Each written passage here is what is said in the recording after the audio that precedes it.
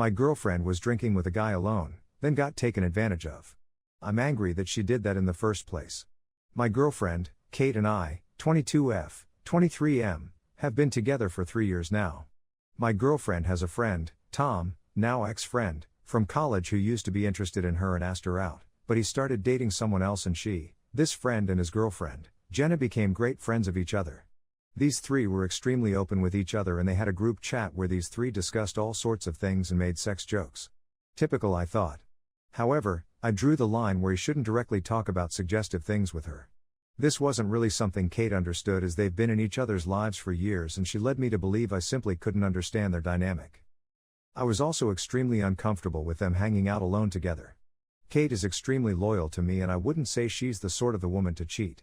However, in my opinion, she can be extremely naive, especially when it comes to this person. Tom used to make suggestive jokes which I disliked, but she used to laugh it off. I picked up on some bad energy from him and do not think he has good intentions when it comes to my girl. My parents took my brothers and I to a vacation for 2 weeks so I wasn't in town. Kate, Tom and Jenna made plans to hang out together but then Jenna fell sick last minute and they had already purchased tickets so Tom and Kate went together. I raised objection to it and told her not to get drunk around him but she dismissed me and got angry I was trying to control her. I was supposed to arrive 4 days after her plans, and Kate didn't message me for the entire 3 days. We both were angry at each other, I assumed. However, when I came back, she invited me to her place and broke down and started apologizing. She confessed that she was so mad at me that she had like 5 shots that night and she didn't realize when Tom groped her. She slapped him hard in the bar and took an Uber and came home. She said she was ashamed of telling me earlier and that I was right about him. I was trying to really hold myself together and didn't lash out at her or anything.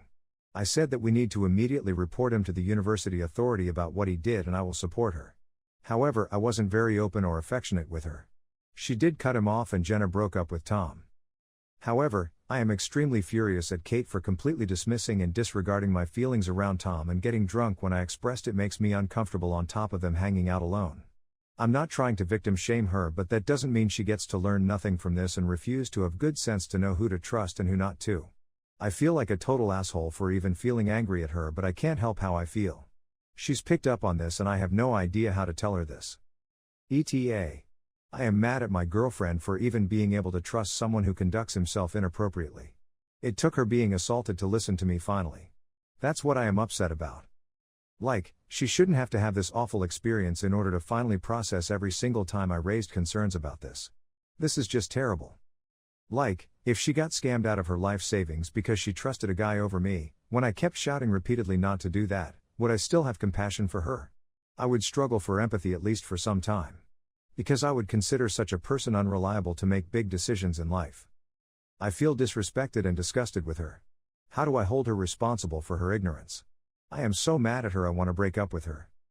I'm extremely sorry if my post is triggering but I'm not blaming her for the actions of the douche who groped her without her consent and assaulted her. His actions are entirely his own and I'm going to make sure to get him fucking booted off the campus for what he did. I mean, I don't know how to frame this without being problematic but she didn't prioritize her safety and acted like a freaking adult for God's sake and thought it was totally okay to get drunk like that, and that too out of spite. Like this whole situation tells me that unless she gets to experience the worst of the worst undeserved consequences she wouldn't change or listen to me. This isn't someone I want to be with. I wish she just stopped taking my concerns as an affront to her autonomy. Update 2. I couldn't post an update to my original account because trying to post there returned a user error for that account which honestly confused me since my other connected accounts were working perfectly fine. I've had the time to read all the comments. Most of you were supportive and had a balanced perspective, however some were uber extreme on both ends.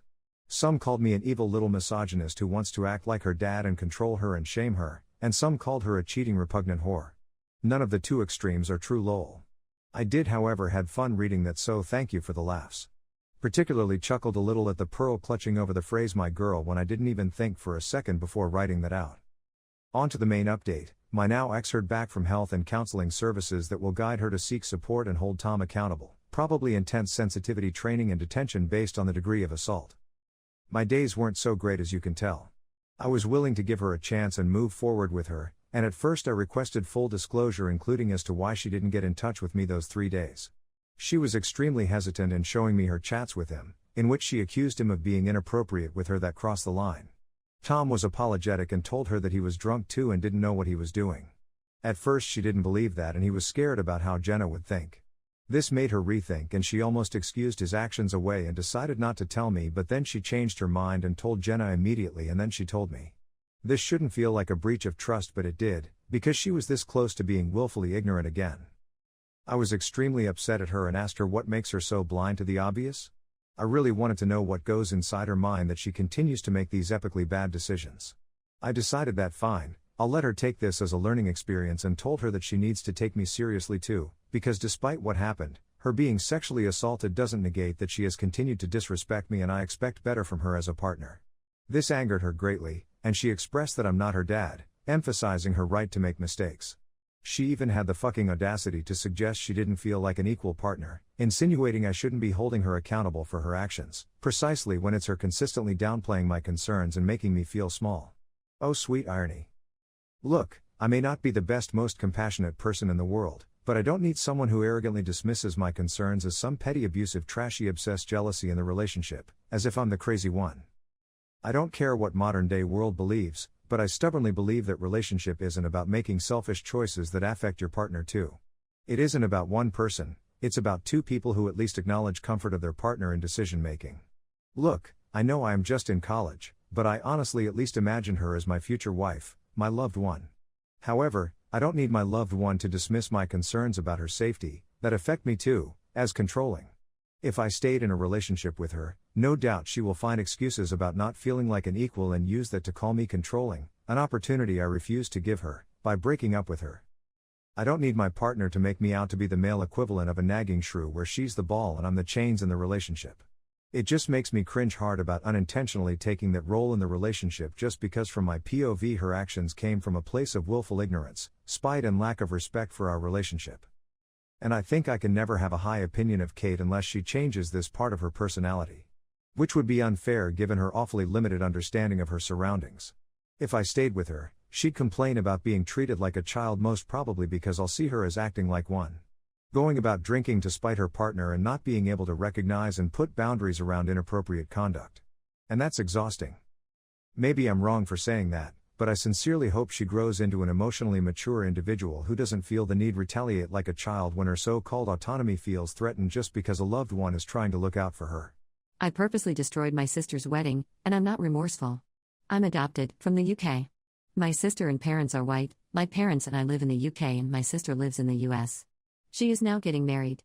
I work a lot, I'm a workaholic and frankly, I dislike going to the US, for multiple reasons. For these reasons, I actually haven't met my sister's fiancé until this past weekend where I met him. I was with my parents and the whole time he was complimenting my parents for adopting a refugee and how I speak very good English. He was also speaking loudly and slowly when addressing me directly. He also scoffed at the concept of me earning more than him. Worse, he at one point made an allusion to him, my sister and my parents being real people and me being a person of color.